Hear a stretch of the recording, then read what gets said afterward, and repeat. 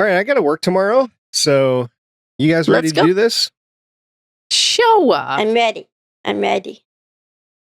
It's one of my favorite. I'm ready. I'm ready for Ready. another Chris Fisher. Let's go. Welcome to the Artie's Attic Warehouse 13 Fancast, where a steampunk girl, a lifelong sci-fi fan, and a rocket scientist chat about the popular 2009 sci-fi series. There's never a dull moment with the agents dedicated to protect humankind from unexplained phenomena that manifest their powers in special objects. And there's all those friendships and relationships along the way. Grab a cookie while you can. Hope you don't smell fudge. Gear up with your Farnsworth, Tesla, and Neutralizer, and let's have some fun by snagging it, bagging it, and tagging it.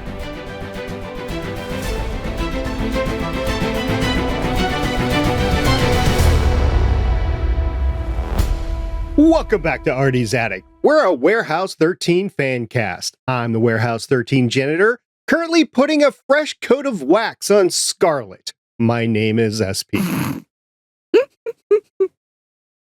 And introducing Artie's Attic lead agent and historian who knows all of history is in color. It's Agent Shannon. What's up, guys? That's a good one. And also returning is the warehouse agent who is trying to avoid the jade elephant in the room. It's Agent Carolyn. And his electrical situation. That's a nice Yep. one. We are continuing our Warehouse 13 series discussion with the episode that premiered on Monday, May 13th, 2013. 3 years before Shannon came into possession of a Shure 5575 LE limited edition dynamic microphone. That was a mouthful. Wow. Mm-hmm. Yeah, it's I the was impressed. special edition of the Shure 55 that was on stage with the singer. The silver one that you gave me. Yep. Mm-hmm. Which I is worth a remember lot of money right now, by the way. Is it? Yep. Ching. Anyway, I'm referring to the Warehouse 13 Season 4 13th episode, The Big Snag. The I love this IMDb, episode. Amazon Prime Video, and TVGuide.com description reads, in a special black and white noir episode, Pete and Micah are transported into an unfinished 1940s crime novel. Shannon, I'm sorry you had to watch this. This is the worst episode of the entire series. So bad that I had to wear the t-shirt for it. Right here. Already have it. Yep. You know what? I like noir anyways. I like listening to the audiobooks that have, and I love the 1940s. I always like it. So when you add those kind of things together with one of my favorite TV shows, and you have me hooked. I'm hooked. It was really It's cool. good. I It was really cool. liked this episode. Good lines. Both A and B storylines Oh, were good. man. So many. But I think this was Pete's element. This was, I think he liked, I think he did really good playing this character. I think Micah did too. She definitely, this was like her geeky moment. Like she was She got in all her dolled up element. She like was living her dream. This was her dream. And she's like, I'm And they all living it. had the little accent for slowing their voice down and talking like they did in the 40s. I love it. It was a great episode. How do Not you know just how the they talked in the secretary. 40s? Well, I wasn't alive in the 40s, obviously, but there are a lot of noir radio shows that they did back in the 40s that they all talked that. It's like watching Agent Carter that's all swell, you know? It's the same kind of talk that they did back I just then, looking right? at you, dudes. It was very nice seeing Micah as insightful and meaningful versus just expositionary. I did catch the difference. She was enjoying herself and her character was written to actually be of value to herself and to her teammate and not just somebody to bring the story along. I did appreciate that. Well, she was the girl Friday. Gal Friday. The See? gal Friday. Gal She was Friday. the gal Friday. And her gumshoe detective. I smiled through the entire episode. It was really good. I liked it a lot. Yes. They did it very good. It was a black and white detective episode in Chicago. So you had to deal with, Chicago gangs in the 40s and stuff like that. It was, before, I would say it was 41, before the war. I would say that. Yeah. I would imagine. Yeah. Mm-hmm. That's what I was thinking anyway. And I think one of the reasons why this episode was so good, by the way, it was written by John Paul Nickel, who is credited as a staff writer on 27 episodes of Warehouse 13. Wow. Only 2 written by episodes. This one and Endless, which is the last episode of the whole thing. So really, they use him to bring it all together. He has 2 other episodes nostalgic. What's that? They bring out the nostalgic part of it with him. Yeah. Mm-hmm. 2 other episodes of Warehouse 13 of Monster and Men, 2 episodes of Warehouse 13 Grand Designs. He's done 1 episode of National Treasure Edge of History and 8 episodes of The Ark. So I will give credit for this episode largely to John Paul for bringing the writing together, because I suspect this was a personal love note not only to the show, but to himself as the writer. I could see that. It's because he loves history, like me. Matter of fact, what was it you said about history? On the edge of history, something? On the edge of history at the beginning when I introduced you? No, him. Oh, you were just his credits. Oh, National Treasure Edge of History. It's a National Treasure series. That's a TV show. Yes. That's the second one. I'm like, that sounds familiar. That's the one with the girl. Yeah. I have Catherine. Yeah, and as long as we're here, I'm just going to knock it out. It was directed by Chris Fisher. We know of Chris Fisher quite well. He did 10 total episodes of Warehouse 13. We got 2 more with him, but in the past, he's done Chuck, Eureka, Supergirl, 17 episodes of Person of Interest, 2 episodes of Strange New Worlds, and he's also the producer or the showrunner of Star Trek Strange New Worlds. So he is still welcome on the podcast if he wants to. Absolutely. And I think it's great that he did this episode. He did a lot of the other ones that we like too. 13.1, 321, my favorite episode, A New Hope. And it's awesome seeing Chris's results on the screen. And I have to give credit to this episode to the crew behind the camera.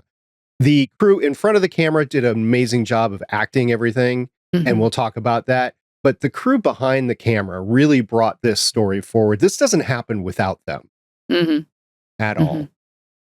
You got to have the centerpieces, right? You got to have the backdrop and the centerpieces and make it look authentic as possible. And the outfits. I mean, the outfits were amazing. The dresses for the 40s. They were wearing. Oh, the dresses. I mean, Micah looked stunning in her dress and her big necklace. And yeah, the whole thing was just really good.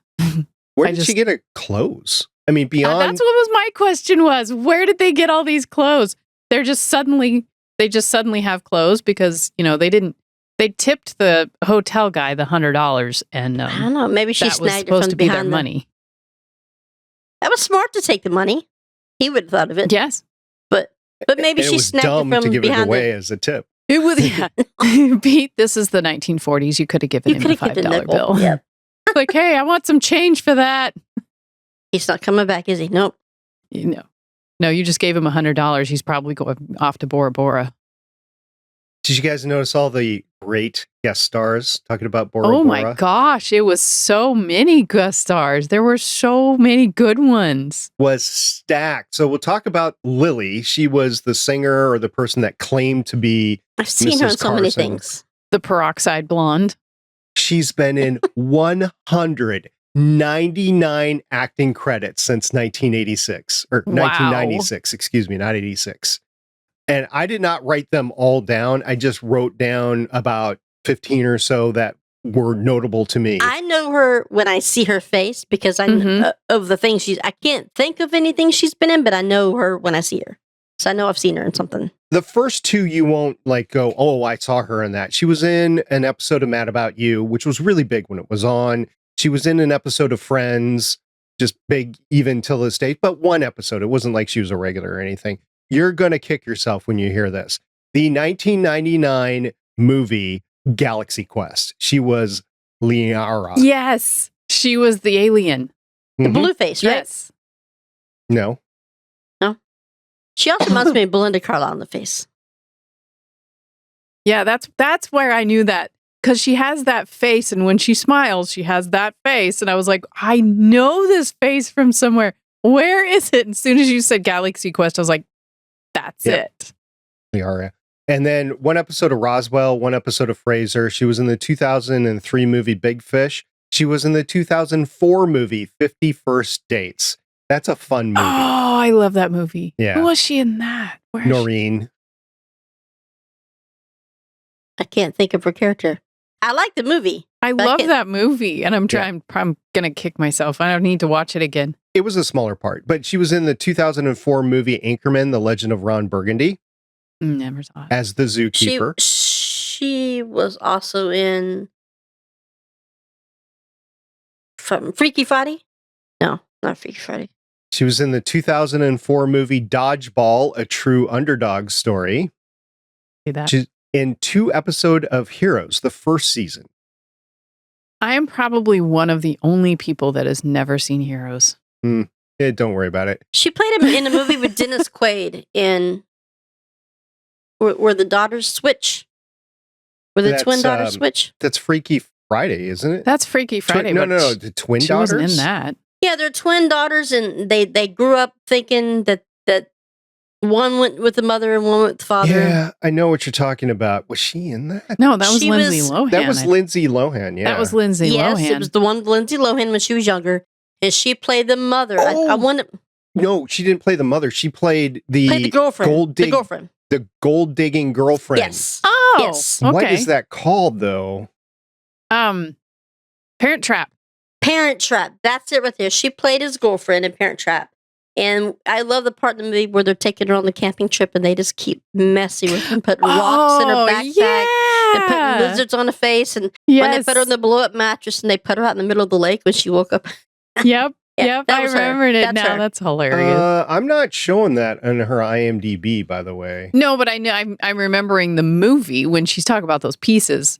Even if it wasn't her, I remember the movie. Yeah, pieces. that might be somebody else, Shannon. I know who you're talking about because the face definitely is very close. Yeah. It was a 1998 movie, and Natasha Richardson, Elaine Hendricks. I think Elaine Hendricks was the one that you're thinking of. So 2 different girls? Yes. Dang. That I is was not close. her. I was so close. Yeah, but I remember the scene that you're talking about, and it It was looks making like me her, laugh, doesn't it? even if it wasn't her. Obviously, this is the only episode of Warehouse 13 she's in. She was in the 2017 movie Jumanji, Welcome to the Jungle, and she played in 5 episodes of Why the Last Man. It was canceled, but it was a post-apocalyptic thing that all the men died in the whole world, except for a few that had genetic anomalies. And so she played in that. It was actually, there was a lot of notable people that were in there, but it just didn't get a lot of traction for whatever reason. But that's Missy Pyle. She played Lily. So that was the first one. Usually you guys are saying, oh, who's this? Who's this? So I'm just going to keep going. Yeah. The author the character's name was Anthony man. Bishop, right? Yeah. Anthony Bishop. Yep. Yeah. Enrico Colantoni, I think is how you say his last name. Sure. He has 106 acting credits since 1987. He was also in Galaxy Quest. That's right. 1999 Galaxy Quest. He played Mathesar. He was in 1 episode of Stargate SG-1. It was the 17th episode, season 7 episode.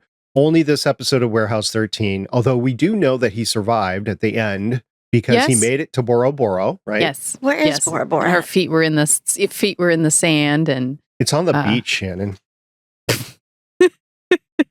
There's more than one beach, SB. it's on the beach. Ooh, he's on a roll. It's in French Polynesia, so it's out in the Pacific. It's basically. tropical. Okay. It's very Yeah. tropical. The South Pacific. Mhm. And he also played in 23 episodes of Person of Interest. Yes, that's where I know him from. It's Yes. Carl Elias, yeah. Yep. He was in 4 episodes of Powers. Along with all the other things that he's been in. Right. He's in a episodes of lot. Powers, and then he played in 3 episodes of Westworld. I'd never got a chance to finish Westworld, but I did see his characters in there because HBO pulled the series before I could get it all in. I was trying to binge it at the very end, and they pulled it before they were able to do that. So there's Enrico, and also basically the romantic interest in Galaxy Quest for each other. So this is very similar between the two. It was, yeah. Now that once you said it, once you said Galaxy Quest, I was like, they're both in that. That's right. Did you guys recognize the car dealer saleswoman? Her face was familiar, but I couldn't picture where it was from. But she definitely was trying to earn her commission. She had some assets to try to earn those commissions. She reminded me of someone that should have been called Snoo Snoo. Yeah, totally her eyes. She played Amy, and her name is Amanda Brugel. She has 79 acting credits since 1999, just this 1 episode of Warehouse 13, 5 episodes of Covert Affairs, 2 that was episodes of Dark Matter. She played Keely, which was the pilot, episode 1 and 2. She did. Oh my gosh. Yes, that's where I know her face. Well, that and Covert Affairs. I loved Covert Affairs. I don't remember her in the pilot. That was it. She was in the pilot. That's it. She wasn't in anything else. She was in 5 episodes of Orphan Black. She played Marcy Coates in the 3rd season. You mean the one I still have to watch? Yeah. She was in the 2015 movie Room, and if that name sounds familiar, that was the one that Brie Larson won her Oscar. Nope. Okay. She was in the 2016 movie Suicide Squad. She played somebody that was on the National Security Council. She's been in 6 episodes of Snowpiercer. I'm just guessing neither of you have seen that. I watched, I think, the first couple episodes of Snowpiercer, and it didn't keep my attention. So I've heard it's really good, but it didn't, I don't know. It didn't snag me. I should probably go back and watch it, but. Do you know what else I heard 31. Was pretty good? Orphan Black? Warehouse 13. Oh, okay. She was in 35 episodes of The Handmaid's Tale as Rita Blue. I haven't watched that yet. She's got a credit or 2 to her, and I might add, might be the only character that's been in the other Dark Matter series, which is the more recent Dark Matter series. Believe it or not, there's another series out there called Dark Matter. Really? And yeah, she plays Blair Kaplan in that. Yeah. Oh, okay. Well, it was, she is the only one that's done chicken with Artie in vehicles too. Yeah, we'll talk about that in a bit. Artie's got a thing or 2 going on right now. And Artie is processing. And how many times did you watch the episode? I watched it twice. Twice. I watched it 3 or 4 times in the background as I was writing notes and stuff like that. Yeah, got a lot to say about Artie. But before we get there, let's get through just a couple others that are guests, because this is a stacked. It did have a lot. Yeah. A lot. So the guy who is basically the collector or the gangster, did he look familiar to you? His face does. I don't know where from. No. Well, he played Caspian Barnabas, and his name, the actor's name, is Jefferson Mappin, and he has 78 acting credits starting in 1978. I just was throwing this one out there. It's 1 episode of Cagney and Lacey. Now, I think I've asked this before. Shannon, have you watched Cagney and Lacey at all? I remember watching some when I was younger. Yeah, I know of it. I couldn't tell you anything about it. I think if you were born a few years earlier, that would have been a big series for you. I think. Probably. Which we were not. Yeah. So he was in the 1992 movie Unforgiven as Fatty Rossiter. That's his big Unforgiven with credit. Morgan Freeman? Yeah, Morgan Freeman and all that. I haven't seen that in a long time. Yeah, I know. Well, it was 1992 when it came out. And then he's been in an episode of Tech War. But 78 acting credits in totality. So one more that we'll go over, and it was the coat check girl. Remember, she was saying that she was left a nickel, and the guy. Oh, the left, yeah, and that she wanted to keep Pete company while he waited for him to come back. That's right. Her name is Vanessa Smith. She has 30 acting credits since 2010. One of her first acting credits was this Warehouse 13. But she was in the 2013 movie Carrie. I never watched it. She was in 4 episodes of Designated Survivor as a reporter. And she was in 13 episodes of this small independent. I don't know if anybody here has seen it or podcasted on it or anything. A series called The Expanse. What? Yeah, she played Michio in the 5th and 6th season. Shio. Yeah, so one of the pirates. Now I have to go back and look at her. Yeah, because yeah. I want to figure out Michio as one of the pirates. You mean one of the with what's her name? You mean one of them? Oh, you're looking at the wrong terrible. person. I don't know what you're talking about. Nah, not the what Mars, not the Earths, She was the deputy commander of the station, and then she basically became president. Drummer. Yeah. Drummer. Drama. It was Drummer. Drama. Yeah, Sean's going to kill me for not remembering her name, but anyway, yes, she was part of her crew. They're belters. Yes, belters. That's the word I'm looking for. I'm like, asteroid people, that's not right. But she was a pirate at the end with Drummer. They were still belters, but they were pirate-ish. Yeah. But they were still belters. In their heart, they were still belters. She was also in this little series that was streaming on this little known thing. Sci-fi. It was the series was called Strange New Worlds. Yeah. She was in an episode of Strange New Worlds, season 2, episode 8. She played Harper. See, I have to go back and watch this stuff. So yeah, I can remember it. I died twice, so I mean, memory's not the same as it used to be. Your facial recognition is not doing good tonight. I mean, that's okay. Are you doing okay? I'm fine. Okay. I'm fine. And I wasn't really looking at the faces, but as cleavage. So I see. The eyes were a little bit lower. They were a little bit lower for Micah. Yeah. There's one more actor I want to go over. That dress. She looked great in that dress. There's one more actor that I want to go over in this. It was the desk clerk, and it was played by John Paul Nickel, who is the writer. He does act in just about everything that he writes. So. Desk clerk. The desk. You mean the one that got $100? Yeah. Oh. Yeah. I mean, it was just a throwaway scene. Often the director or the writer will go in and they'll play an auxiliary character or whatever. But yeah, that's exactly what he did. Yeah, that did that in Stargate. DeLuise. Yes, Peter DeLuise. Yes. Oh, Peter DeLuise. He'd be like an off character, or his brother would be an off character. Yes, or they'd be one of those guys was also in Sequest. They were both in Sequest. One was an actor, like an actual character. I think it was Peter. Peter was actually, I think, he was one of the main characters, wasn't he? Peter? No, I thought his brother was. He may have been. Peter. I just remember we know number one's husband wasn't. They what now? Wasn't the guy that number one is married to in real life? Isn't he in Sequest? Maybe I'll have to look that up, but no, that's his producing role. Jerry Ryan. No, not Ryan.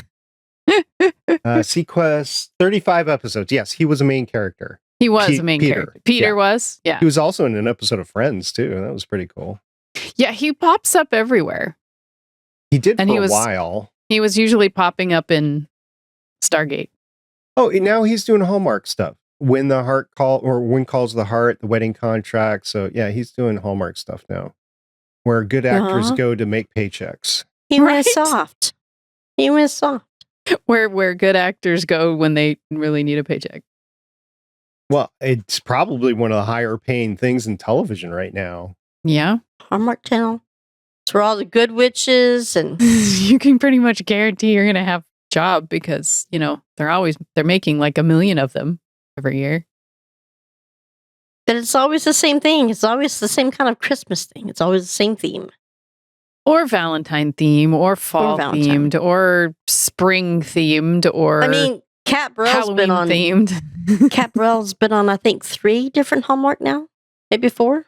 Jerry O'Connell, I can't believe we didn't remember that, especially since you saw them at the con, Carolyn. I did see him. Well, I was just saying that's because he's married to number 1. Yes, he's married to Rebecca. Yes, Rebecca. They're so cute together. They're just adorable. I don't need to hear that because I actually respect Jerry, but I'd like for him not to be in the picture so I could at least make a pass at his wife. Talk about disproportionate hotness, right? Way out of his league. I don't know. I think he, in a goofy way, he's very handsome. I mean, I'm not into guys whatsoever, but I'd hang out with him. He was one of the reasons I love Sliders so much because I loved. I was dying at Rose City when I got to get my picture taken with him. I literally wanted to melt because he was not at a booth. You actually got your picture taken in line because he was just for free. Schlepping around. He was just wandering around. Yeah. He's just wandering around. He wasn't at a. He was just there with his wife. Nope, he didn't have a booth. He wasn't charging for things. He just was like, "You want a picture?" I'm like, yeah. As you do when you're like, So was it like a Jamie moment for you? Like it was for me? Like, yes. I could not bring myself to have words that came out in any sense or anything. I just, I got a picture. I'm a dork now. I am an incredibly huge dork. I will admit as he walks away, I love you, Jerry. Pretty much, yeah. Intimidated by anyone. I would literally walk up to him and say, "Hey, Jerry, you want to grab a drink? You look a little parched. You want to have a beer, or something like that?" And he'd probably say yes. So I would not be that brave. We'd have a fun half an hour. Okay, talking about fun. Oh, there you go. There's the picture. It's so sad that these days that people say, "Oh no, that's just AI," but no, it really happened. No, that really happened to me. And I was wearing my Damn It Jim shirt because it was Star Trek. So, well, talking about relationships and stuff like that, I did notice something in here. I don't know if you guys noticed it or not, but Pete had his hand slip to Micah's rear end while they were dancing. That and was he said, funny. "Oh, sorry, it's a reflex." Now, sorry, force a habit. Force a habit. I think this was the first overt thing that we've seen in the series, which is telling us as the viewer that there's more to their relationship than just being partners. Not only that, but at the end, when they were finishing the novel, it was the looks that Pete was giving Micah and the Micah was giving Pete. When he was standing on the ladder. This isn't really the kind of novel he writes. And he's like, well, maybe that's why he couldn't finish it, because he was actually writing a love novel or a happy ending, a love story. And then they both look at each other with those eyes. And so, I agree. There was that. It wasn't just that, but he couldn't make the D joke. So yes. He's maturing as a whole person and getting ready to have this relationship. Are you the private dick? Micah, I didn't make a joke. I'm maturing. Did you see it? Let's say like between him and Claudia, the lines. Why couldn't we fallen into a cookbook? Why couldn't we fallen into a cookbook? I don't know if that would be better or not. You fall into a cookbook and then you could be killed by all these sorts of utensils and ovens and flame and stuff like that. I'm like, I don't think that's any better. Or when they were in, the archaeologist's wife's house and they found out that he was seeing the peroxide blonde and they found out it was at the club and he said, "Hey, Micah, when's the last time I took you dancing?" So there was also that little. There's a lot going on in there. And I don't know cutting a rug. If the actors knew about it when they were reading the script and they were performing it. I think they were because of the looks and the way Pete was doing things, but I don't know for sure. It's hard to tell. I'm going to die on my sword. I'm just saying. I'm just, Yeah. I'm trying to lay some groundwork for you. I got you. I hear you. I hear it. I just, no. She hears it. She just doesn't want it. I know. They're best friends. Yes. Well, and there was also that kind of a best friend thing in this as well, because it was like, Detective Latimer, you can cut a rug kind of thing, or it was just the way that they played off of each other. And one of the scenes where they're both sitting in the club and Pete's been knocked out, but they tied Micah a little looser than everyone else. And she then kicks everybody's ass. That's one of my favorite scenes. They took it on me because I was a girl, but they really should have learned how to tie better. Yes. And he's like, oh, you are enjoying this. You do like this. Yes. And then the way you underestimated my kick-ass partner. Yeah, so he's leaving the scene, right? They just got the C note and they're off to go get the elephant and everything. But Pete's still got his gun up. He is a trained Secret Service agent, and the way he retreats from that room is so wrong. Yeah. I think he was too caught up in Micah and how much she's enjoying it, and eggs in the coffee, boss. Their one-liners are amazing. Have you ever had eggs and coffee? No, because I don't drink coffee. Yeah, I've never done it. I put butter in coffee a couple of times. Apparently, it's a thing. Butter in your coffee? Yeah, it's really thick cream. It's what it comes down to. It. I don't like it, but I see the draw to it. Okay, tangent just for a second, because of what you said. She puts cheese on top of her, like cheddar cheese on top of her hot chocolate. Who Micah does? Sasha. Oh, Sasha. That's what? The she. Sasha, you do what? What kind of she cheese? Puts cheddar. Cheddar? She puts cheddar cheese, like shredded cheddar cheese on top of her. Well, I'm trying to think of desserts that would have cheese and chocolate. It's a Puerto Rican thing. I don't know. Okay. Yeah. Right. She can have my half because I'm not doing that. I'm like, I'm a Texas girl. I'm not making. You can drink it, but I'm not making it that way. Yeah, you can have mine. Thanks. Well, plus you're lactose intolerant. That would be very bad. That would be explosive hot cocoa. Especially if you already add milk to it. So, no thing. Okay, continue. Well, let's talk about Artie. Let's talk about his overacting, his unnecessarily recklessness, the fact that he's overacting in terms of no one else is dying on my watch, that sort of thing. That was a big statement. Yeah. What do you think's going on with him? I think he's overcompensating. I think he's trying to prove that he's okay when really he's not, because obviously it's still on his mind.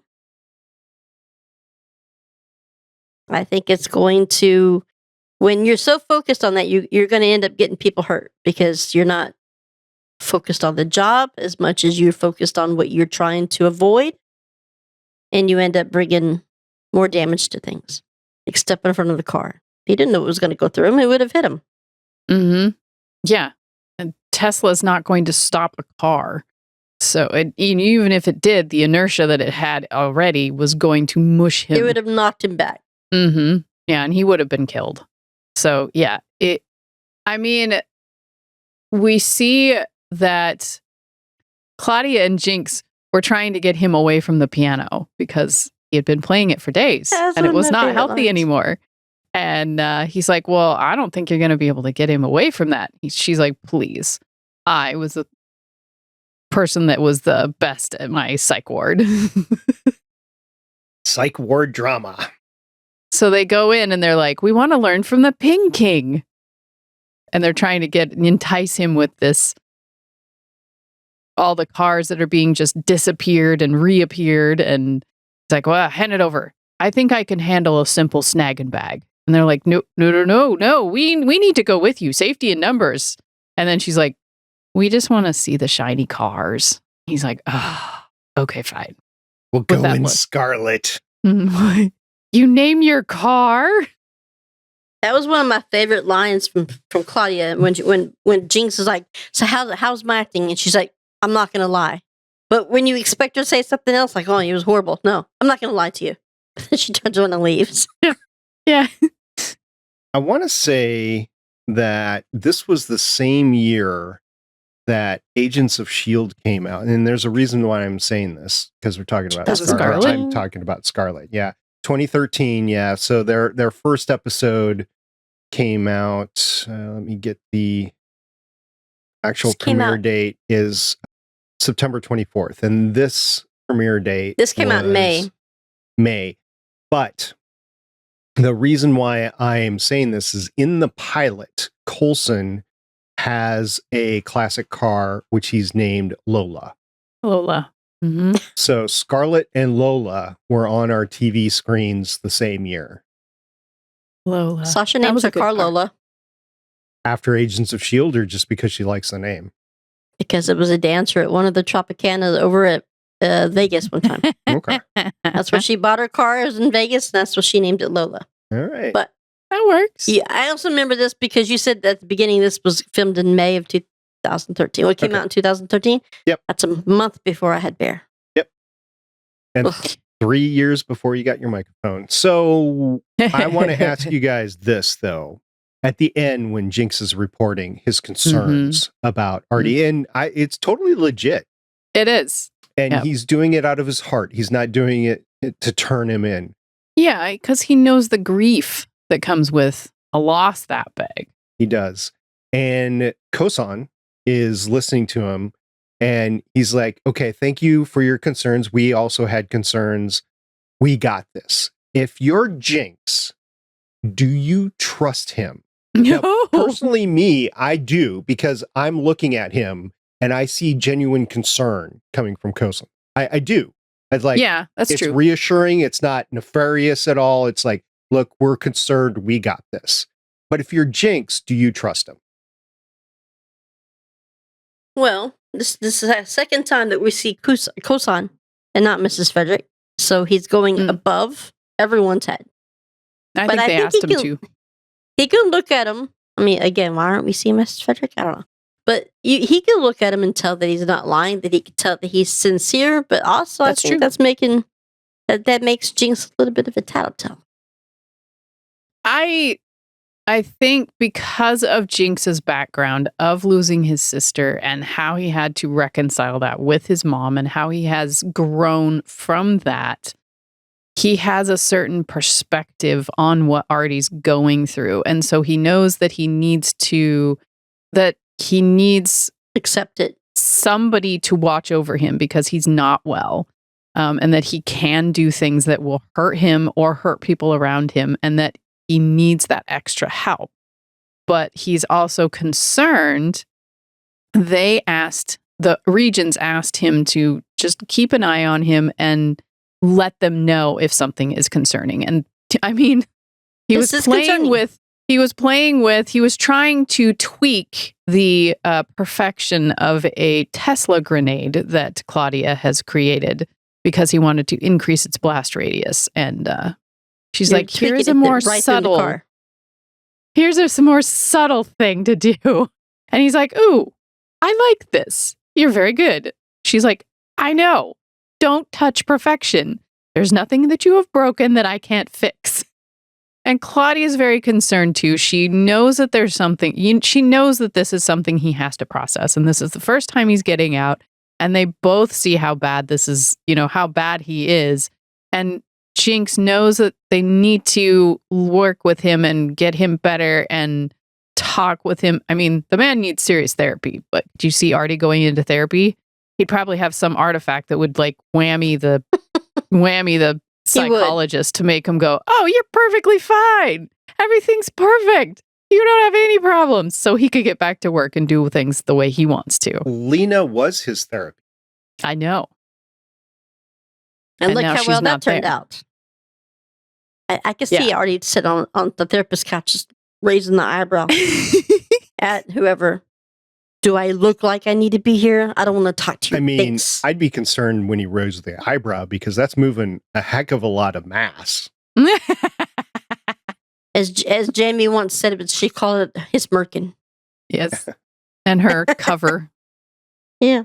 But I think that Jinx has the concern, and that he is the human lie detector. So he should have been able to tell if Kosan was lying, that, they had a plan. He could see that they had a plan. He's just concerned about what that plan is. He's like, he doesn't need to be bronzed.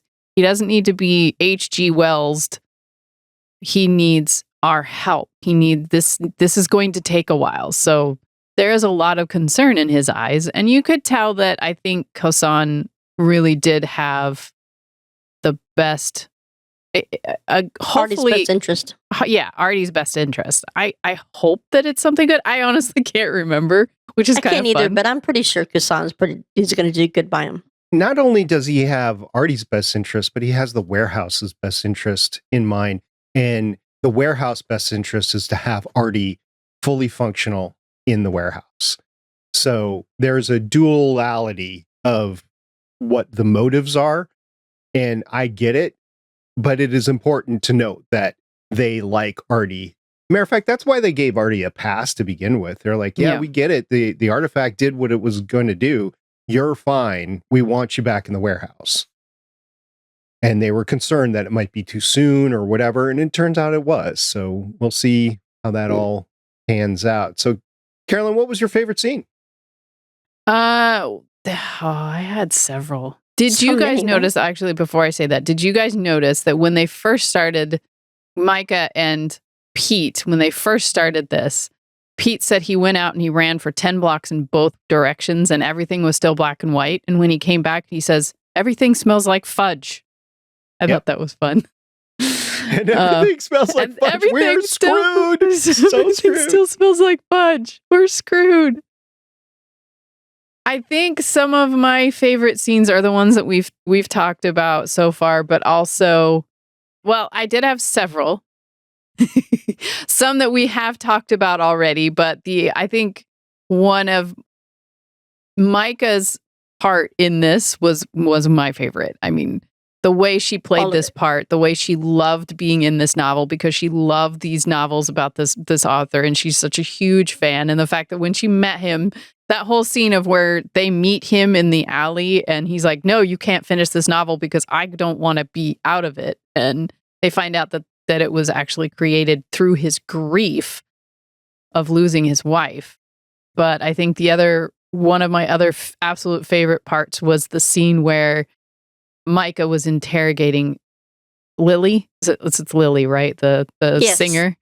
That was one of my absolute favorite parts. And at the end, Pete's like, you've been wanting to do that forever. She's like, since I was 12. The way she touches her chin. Yes. Yeah. That had to have been my, almost my absolute favorite part of this show. I just loved all the 40s lines. You've got yourself a gumshoe. Or, all of the great lines. And in the end, Pete gets a 40s vibe or a black and white vibe and shoots the elephant at the fog so that they can exit stage left even. I mean, it was a lot of it was stage right, but okay. Oh, well, whatever. Depends on how you're standing, I guess. If you're in front of the fog or behind it. Exactly. If you're watching it or you're standing there. Shannon, did you have a favorite part?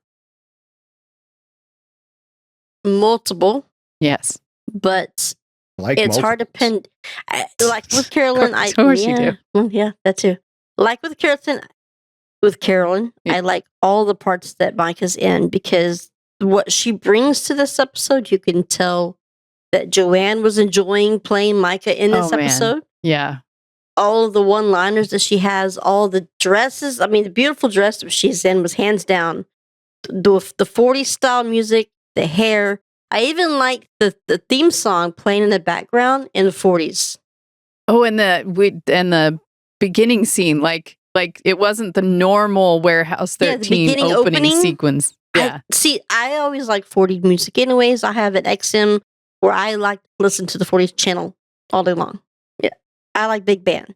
So for me, when this comes out, and then you have all the noir detective stuff along with it, it's a perfect mixture for me personally.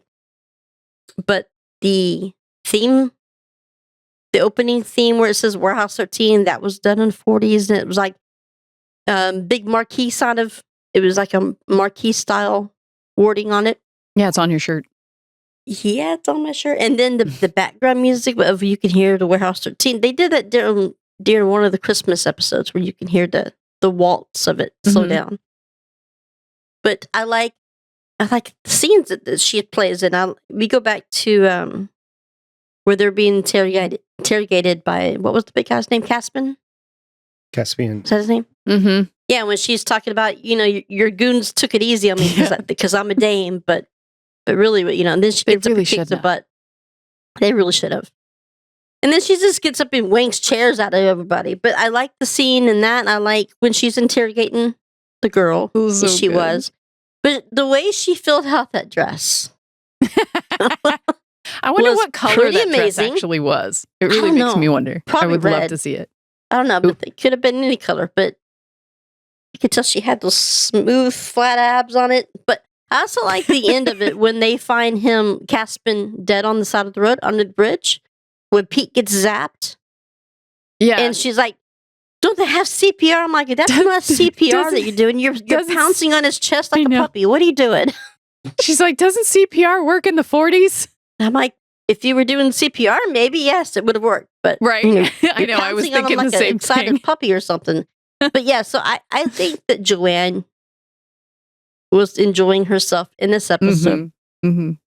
So was Eddie. This was like the writing. I mean, they must have had a blast not only writing this episode, but acting this episode, because all of the fun one-liners, all of the fun, it was just a fun episode to watch. I mean, it reminded me of that episode with the Cinderella, when they went back in the 40s. Then, no, that was the 60s. They went back in the 60s with the glass knife. Remember that one? Oh yeah, yep. Yeah. So, as Pete said in the beginning, oh no, not another time travel. Not another one. Yeah. So, not only do I like the characters, but I like the actual aesthetics of the 40s and the microphone and the big band and the way they changed the theme and the way you hear the theme song playing in the backgrounds with the slow horn. I mean, I'm a sucker for it. I love it. And then you throw the detective work into it. Yeah. I mean, it was just good both ways. I was going through my drawer. I'm like, where's this shirt? Where's this shirt? I'm like, I found it. And I found 3 other warehouse shirts. Who is the better in this noir detective sort of genre? Is it Joanne or is it Gates McFadden? Ooh. Why did you do horrible things to me? Well, you brought it up, so I'm just going to lay it out there. Joanne. Okay. I'd say Pete. I mean, you did have... that was called The Big Goodbye in SG1? I mean, SG1 and TNG. Next Generation. Thank you, TNG. Yes. I'll go Gates. If Gates had a lot of the one-liners like Joanne gets in this, then I would say we're even. But you don't have a lot of one-liners. She gets... Somebody got hurt and she had to go back to the medical bridge. So, I mean, she wasn't in it long enough. I'll go Gates because she was in color. Yo. Yeah, and that's not enough for me. Even without color, even without knowing what colors Joanne's dress was, I'm still going to say Joanne. I wonder if we can find that out somewhere where her colored dress is. I mean, maybe I some behind did the like scenes. When they're in the got their hands tied and you've got brains too. She's like, I went to college. I bet you did. Well, after she got over the fact that, she was asked to go get a cup of Joe. After she got over that, she just leaned into being in the 40s because it was so important to her because she read all this stuff and it was just a world that she liked. So once she got over the chauvinisticness of the era, where they had to go tell the wife that her husband is dead. Hey, Mike, so you don't want to tell her, do you? And she's like, I'm just the secretary. She did get there. So my favorite scene was definitely overall Micah in the dressing room with Lily, the interrogation of Lily. But I did choose some others because I knew that, as I said before in a previous episode, I have others in case you guys steal it. And you definitely did. So I'm not going to take that from either of you. But it was gray. It was a gray dress. Oh, look at that. Nice and shiny. That is very shiny. Can you lower the dress a little bit? You're funny. If I could. I'm sure AI can make that possible for us. Anyway, I'm sure. You have. Oh, her pink dress. Is that pink or is it orange? I can't tell. It looks peach. It's like a peach. Okay. Cream colored. Their love story was so cute. I absolutely loved it. And at the end, when he's like, a second more with her is better than a lifetime without her. And Pete's like, now that's a line. I can kind of tell they just enjoy acting together. They did pretty good in Galaxy Quest, and then they reunited for this. You could just tell they're comfortable with each other. They know how to treat each other and everything. So it was pretty easy for them. And they ended up with each other again. So that was pretty cool. In Bora Bora. Right. So my favorite scene in here, well, my second favorite scene, we'll start there. My second favorite scene was kind of the aesthetics, but I didn't say aesthetics. What I specifically chose was the way they typed out the scene titles in the 40s on the screen. Yeah. So like a book. Yeah, that goes into the overall episode theme that you were talking about, but I was very specific with the chapters there. So my favorite was when they finish the novel and they're back in the stacks. Yeah. That is my favorite I like scene. that part. The end.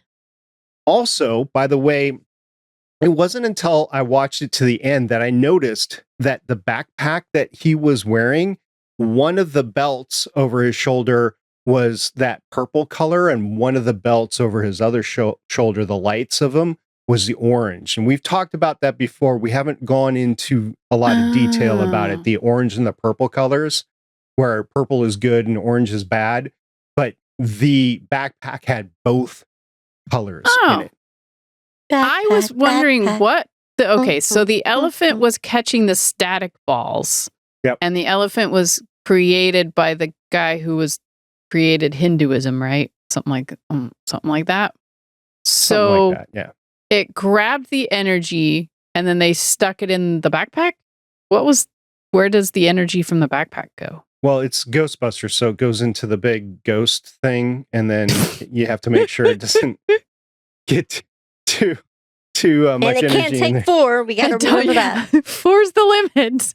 Boy, don't put more than 4 in it. Yeah, so the battery backup absorbs the electricity collected by the Jade Elephant, and the Jade Elephant belongs to the Vyasa, the author of the Vedas, and can absorb and discharge electric bolts. And I did like how in the 40s when they would use it, it would make an elephant sound and shoot electricalness. It was kind of fun. As they're going up the elevator to see the archaeologist, they're like, the light made the sound. Oh, we know what that sound is. And I like how in 2013, we've talked about it before about Claudia and her GPS tracking devices and stuff like that. Mm-hmm. This is basically an Apple AirTag now, or yes, Android, whatever. So that's what she's creating before it was a thing. Yeah, we have to talk about those artifacts. What was that artifact? The GPS tracking device? I think no, the gloves. The gloves. The gloves. Carrie Lofton's gloves. And I love their description of how this came to be, by the way. So it's awesome. It allows the wearer to make any car untouchable once. This extends to intangibility through walls and people, can function separately or together. And it was made, the artifact was made by a stuntman who was always a one-take wonder.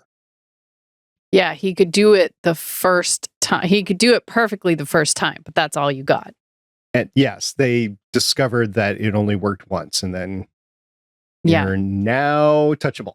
I found it odd that not only does it very much like Claudia thing to do for her to jump in the back of a trunk and take off, but she was in that She trunk can the entire jump in the time, back of my trunk anytime. back or front, right? I have an engine in the front. I don't have an electric car, but yeah, she could ride shotgun with me. That'd be I fine. wasn't talking about that, but okay. She was riding in the trunk the entire time they were moving. So how did she automatically know that it was the gloves when she got out? Because they were sparkly, I think. Because Yeah. they did this little sparkly thing when they were laying there. Yeah. So she's like, "Oh, hello, artifact."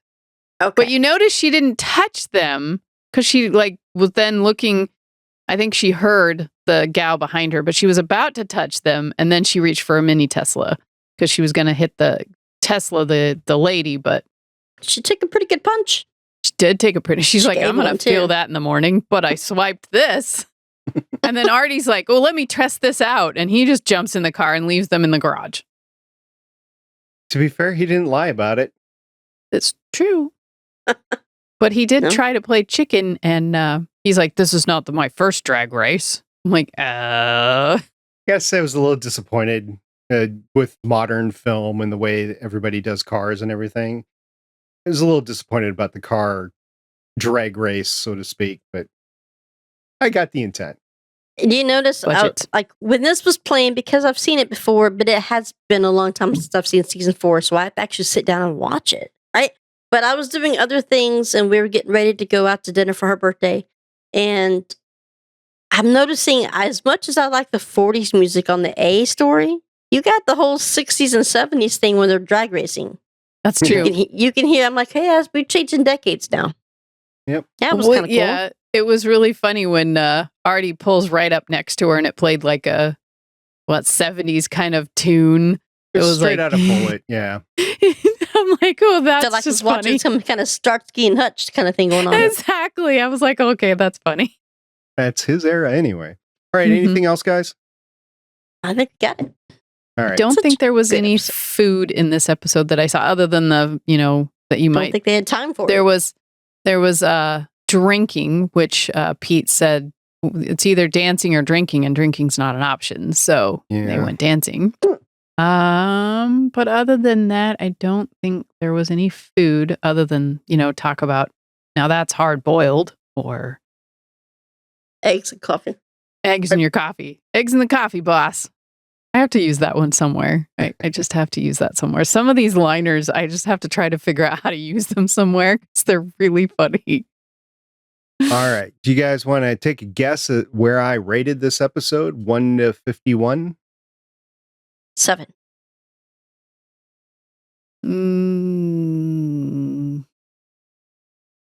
12. 6. Oh, go Yeah. Shannon. 3, 2, 1. Also- Still is my number one. Stan and Emily Lake. The last 2 episodes of season 3 are 2 and 3. Number 4 is No Pain, No Gain, and that's the hockey player episode because it's hockey.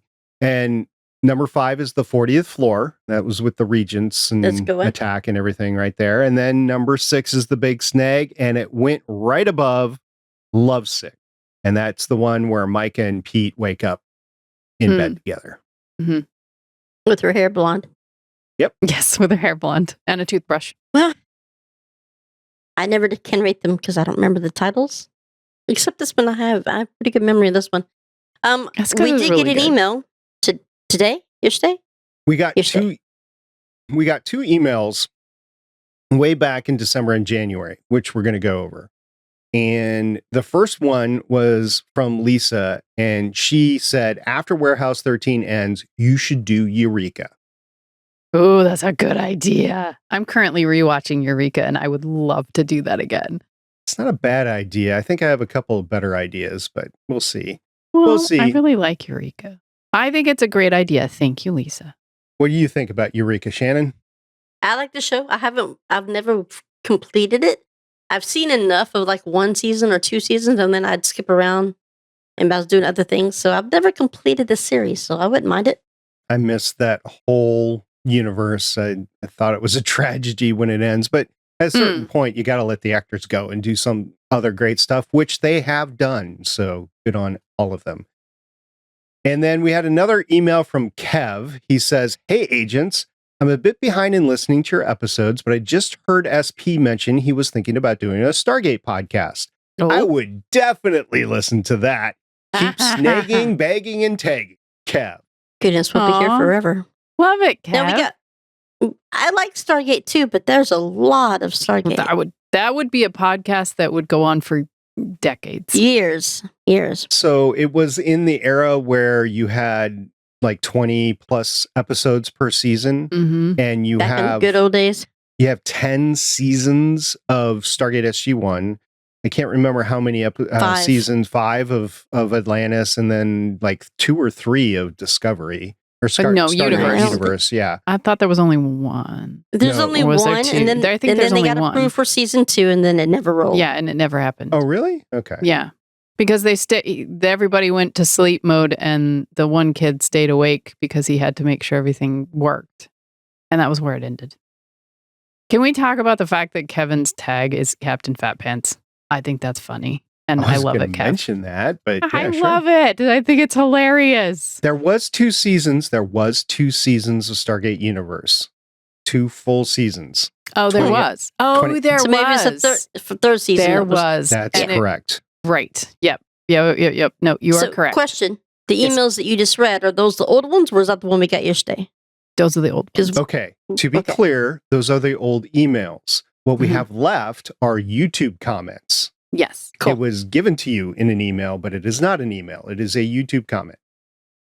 Thanks, Check. Kev. We'll present that to the committee for advisement. Yeah, thanks. And if anybody else has anything that they want to recommend that we cover next, you can always hit us up at our email. That's warehouse13fancast@gmail.com. And it's also in our show notes every week in the write-up that goes along with the episode. All right. So next time we're going to be watching Warehouse 13, Season 4, Episode 14, The Sky's the Limit. Shannon, this is your favorite time, and I'm just guessing I know where you're going to go, but I'm going to ask the question anyway. Do you want to hear the episode description from TV Guide, from Amazon, or from IMDb? Amazon. Amazon Ooh. Prime Video description reads, Artie is blindsided when Mrs. Frederick introduces him to Abigail Chow, the new B&B manager with ulterior motives. Oh, I was just talking about her last night. There's Mrs. Frederick. Yes. Just last night, we were watching, Sasha and I were watching Vampire Diaries, and Kelly Hugh, whatever her name is, H-U. I think that's right, Hugh. She's in an episode of Vampire Diaries. Now, I was just last night telling her, I'm like, yeah, she's going to be in this coming season of Warehouse 13. There she is. Also, I think she was in X-Men. I think she was, yeah. I'll have to look it up. Wasn't she the female Wolverine? I think. Well, we'll talk about that next week. Okay. Next time. All Same right. bat channel. Yeah, if anybody has any feedback for us on the episode, on Warehouse 13, or on what we're going to cover next, because I guess that's a big topic, you can email us at our email address, warehouse13fancast@gmail.com. That's warehouse, the numbers 1 and 3, fancast@gmail.com. So until next time, I'm the janitor, SP. This is Sci-Fi Girl. And I'm Ocean 363. Bye, guys. Wax on, wax on. Wax on, wax on. I could say Star Trek or Nanu Nanu. Nanu. Thanks for joining us for an episode of the Artie's Attic Warehouse 13 Fancast. You can find all our episodes at warehouse13fancast.com.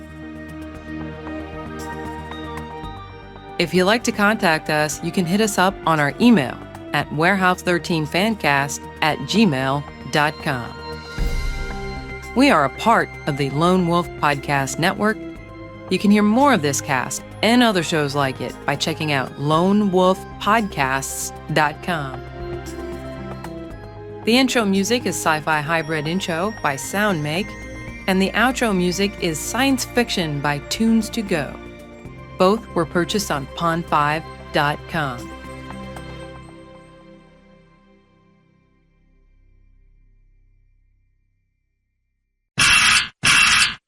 You see the post I did earlier on Twitter? No, I have not been on social media today. Sorry. I don't normally either, but because this is really one of my best episodes. Hold on. I'll go I look at posted it. about it. I had to go looking through all of my pictures to find that black and white opening, which is what's on my shirt today. Oh, you'll have to stand up. I can't see. Ooh. It's black and white. Oh, that's an amazing It says shirt. Micah. It says Micah. We're in black and white. That's awesome. I Yeah. love it. Can you still do Section 31 tomorrow at 5 your time? I will.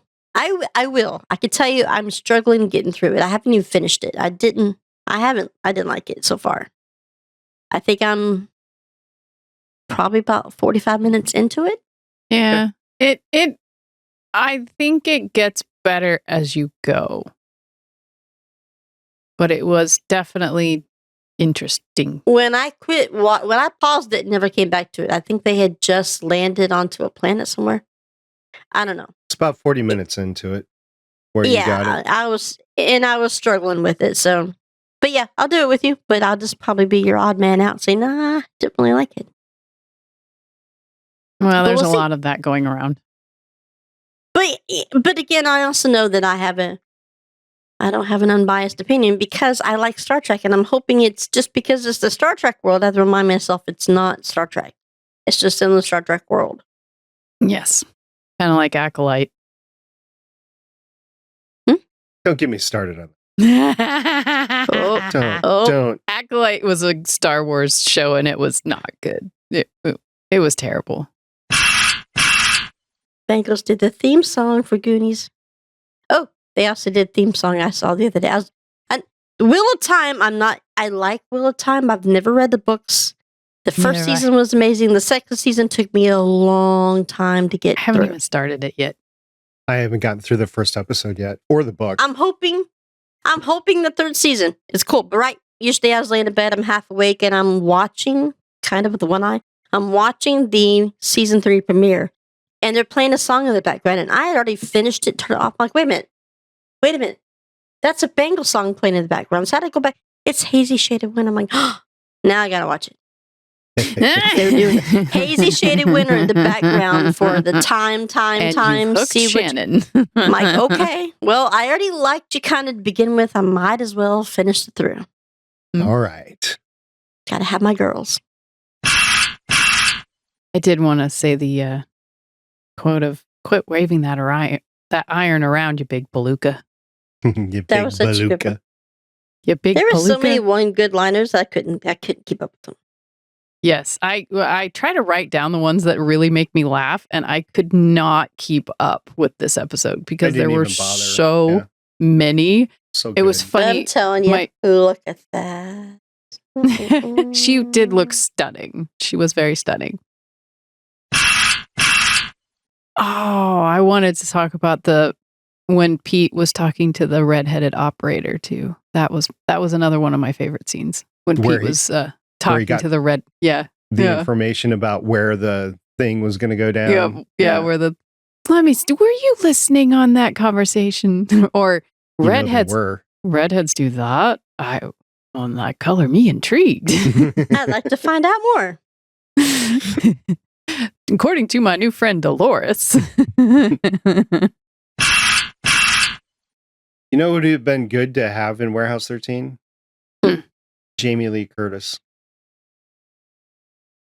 Ooh, that would have been cool. She would have been As good. what? You know, she has regent. such a range. Yeah. She'd totally be a regent. She is such a range, though. She could She have would been be a a main regent. bad guy. Because she could play bad, too. Mm-hmm. But I could see her being a regent. Matter of fact, I would love her and Catherine McGrew. I would love to see them on screen together, going at each other. That would be pretty cool. Yeah. That would be pretty cool. Either that or acting as a team, like Cagney and Lacey. I know you haven't seen it, but Yeah, that would be cool. You know how we talk about our list of people that we like and who's on our list? Kate Milgrew is on Sasha's list. Really? Yeah. Interesting. Does she just like the commanding? Yes. Yeah, okay. I could see commanding. She likes to be Yeah. She likes to be commanded. I had to say that delicately. Third time will not be my charm, I'm pretty sure. Let's not tempt fate, will you? Let's just not tempt fate. As a sausage, shh. Yeah, don't put that out in the universe. That's my saying now when somebody puts something out there that really just shouldn't. I'm like, don't put that out in the universe. Just don't do that. Just take that back. Take that back. The verse never stops, Mel. It never stops, Mel. You can't stop the signal, Mel. Can't stop it. Can't stop the signal. I love how you're ready. And you automatically got that. Of course I did. Immediately. That's what geeky friends are for. Yes.